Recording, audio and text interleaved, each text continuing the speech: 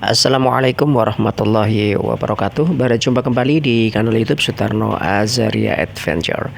Di kesempatan kali ini kami akan mengangkat tentang Ustadz Syahrin Thorik yang menantang Mas Heri Pras untuk bersama-sama melakukan adu data tentang apa yang terjadi di Gaza saat ini. Lalu bagaimana tanggapan Heri Pras sendiri? Mari kita simak bersama dari kanal YouTube beliau, Heri Pras.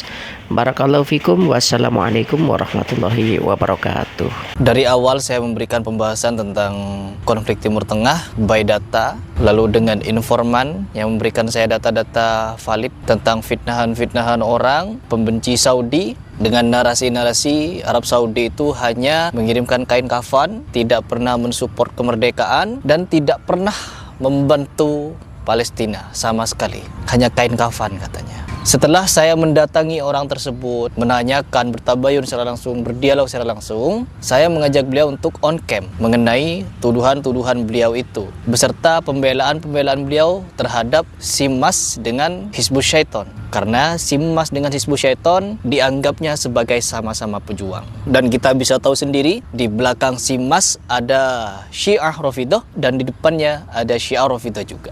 Lalu setelah video itu beredar, tanggapan-tanggapan saya di komentar-komentar postingan saya tentang Hizbullah, komentar-komentar saya lalu diviralkan, yang dimana saya memberikan komentar terhadap komentar mereka di kolom komen video saya ketika membahas Hizbullah. Perhatikan baik-baik, di video saya membahas Hizbullah, lalu mereka memberikan komentar, setidaknya Hizbullah mereka itu telah membantu Palestina, membantu Gaza. Lalu saya jawab di bawah, berpura-pura membantu, berpura-pura perang, pasukan sedikit gak habis-habis, warga Gaza yang habis. Pasukan Simas, pasukan Hizbus Syaiton tidak sampai 30.000, tidak sampai. Tetapi korban akibat 7 Oktober 2023 itu 51.000 lebih jiwa yang sudah dikorbankan atas kelakuan Iran yang mengutus Simas nyerang di pinggiran-pinggiran Sihel. Lalu teman-teman, niat saya untuk mendatangi Hussein Gaza itu untuk memberikan klarifikasi di depan umat bahwa apakah betul semua data-data yang dia ungkapkan itu. Ternyata dianya tidak mau.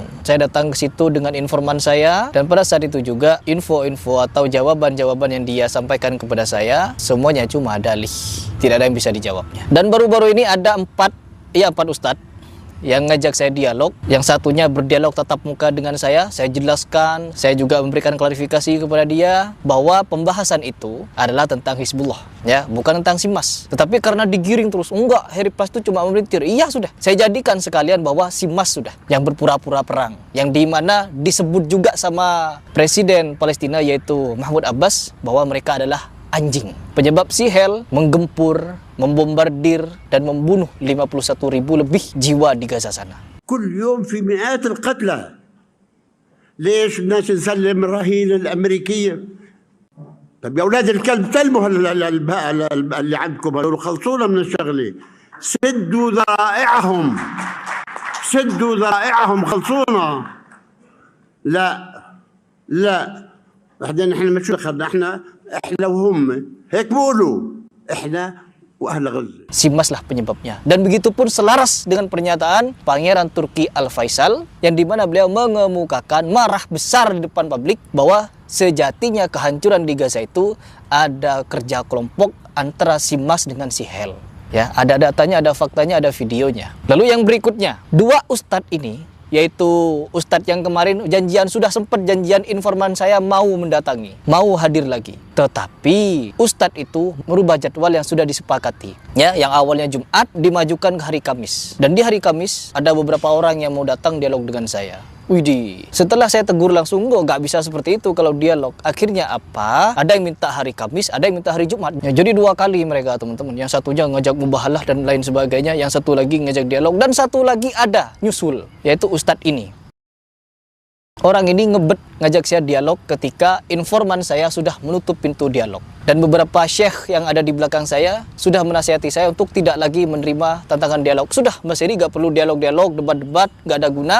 Yang penting Mas Heri bikin video, paparkan data dan fakta. Begitu, bicaralah by data. Dan itu yang saya lakukan sekarang. Yang dimana ketika saya berbicara, ada datanya, ada faktanya, dan bisa dipertanggungjawabkan. Tinggal dan tugas saya adalah mengajak kalian berpikir. Dan kalian pasti sudah tahu menyimak video dari Ustadz ini yang membuat video dan menyebarkan chat-chatannya dengan salah satu murid saya. Ketika saya diskusikan dengan informan saya, ya ini tidak akan ada ujungnya. Karena dari segi pandangan Syiah sendiri pun kita sudah berbeda. Dan juga terlebih di sini ketika saya mendatangi Husain pun, ya jawabannya juga nihil teman-teman. Apalagi di bagian hal seperti ini. Coba kita simak video dari Ustadz ini yang bercerita kepada netizen tentang dirinya yang mencoba untuk tabayun ke saya.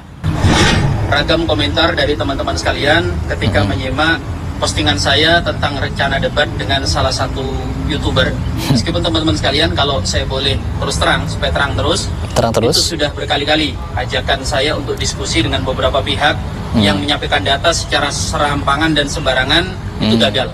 Tetapi biasanya tidak saya expose. Namun karena beliau ini termasuk kategori YouTuber yang banyak pengikut followersnya, juga banyak yang menganggap ini sosok pemberani yang berani mendobrak kemapanan.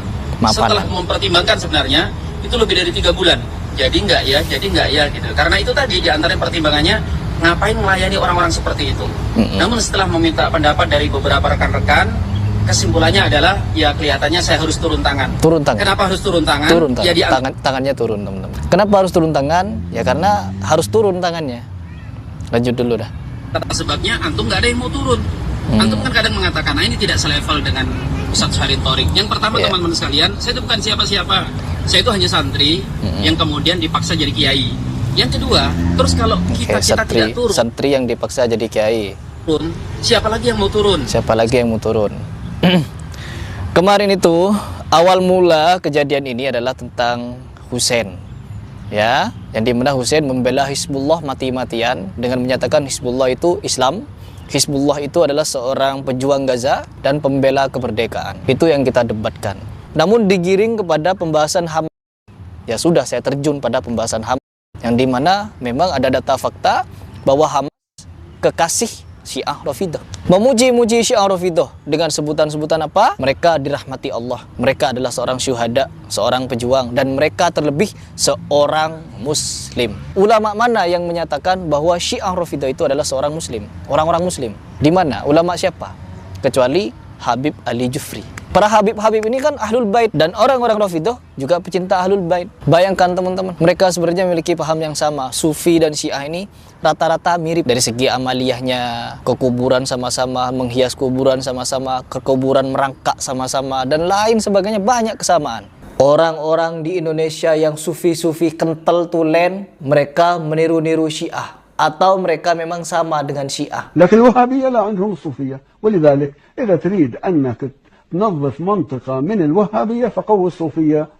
الاتجاه الصوفي عدو طبيعي للوهابية ونحن في هذا نتعاون معهم. Diakui bahwa Sufi adalah jembatan menuju Syiah. Karena kita bisa menyaksikan teman-teman kuburannya, kuburan orang Syiah seperti ini, dan kuburan orang Sufi seperti ini. Ulamanya, atau syekhnya, atau imamnya seperti ini, dihias. Sudah seperti pengantin teman-teman, sama. Merangkak ke kuburan, ini orang Syiah ini. Orang Syiah merangkak ke kuburan, dan ini orang Sufi merangkak juga ke kuburan teman-teman. Ketika dinyatakan Sufi Syiah mirip-mirip, gak mau mereka. Padahal faktanya ada, datanya ada. Orang Syiah sujud di kuburan.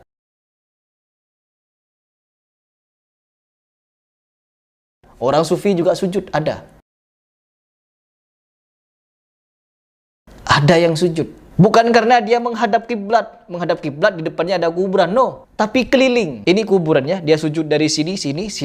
Memang sujudnya menghadap kuburan.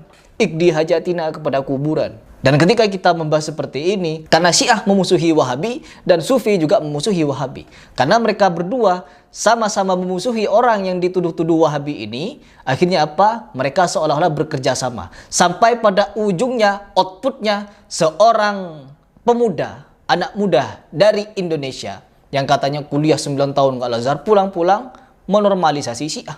Kita tidak mengingkari kelompok Syiah itu ada penyimpangan di dalamnya. Saya berkali-kali menegaskan itu, tapi heran saya juga. Seorang muslim tidak boleh dikeluarkan kecuali mengingkari hal yang prinsipil dalam agama.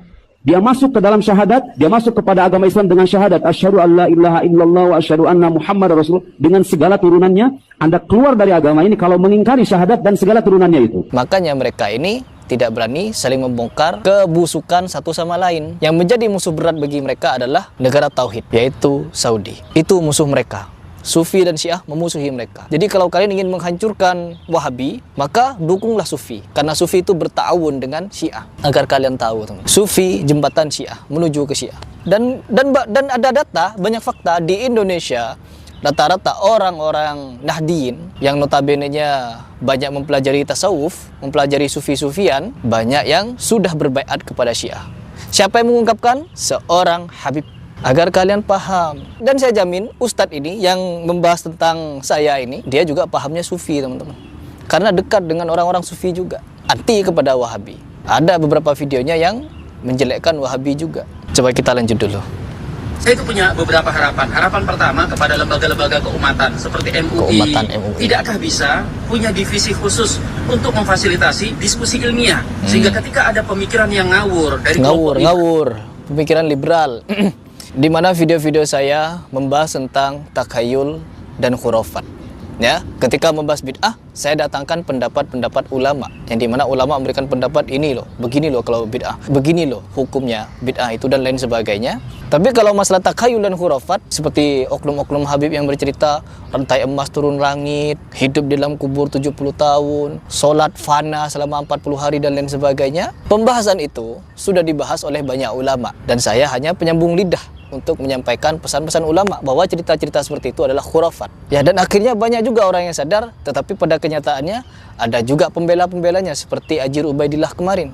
Gus Ajir memberikan video dan memberikan fitnahan kepada Syekhul Islam Ibnu Taimiyah, kepada Syekh bin Bas, bahwa mereka ini juga menceritakan khurafat. Setelah kita selidiki, ternyata nihil, teman-teman. Bukan khurafat, tapi malah menguatkan tauhid itu. Kisahnya Syekhul Islam Ibnu Taimiyah, yang dimana difitnah juga khurafat, mecah diri jadi berapa banyak gitu. Pada kisah yang sebenarnya bukan mecah diri jadi banyak, tetapi sosok Syekhul Islam Ibnu Taimiyah sedang difitnah oleh jin, ya. Padahal Syekhul Islam ada di dalam penjara, tapi di luar penjara ada Syekhul Islam. Itulah fitnah jin. Dan bantahannya sangat gampang, teman-teman, ketika kita membahas seperti ini. Apalagi kepada ini, mau menyarankan kepada MUI untuk lembaga ini, lembaga itu, untuk debat dialog ilmiah. Ya, masalah khurafat yang saya bahas, apalagi masalah pembahasan ini, yang dimana memang pelik, ada ketumpang tindihan ideologi antara orang-orang Simas dengan Rafidah.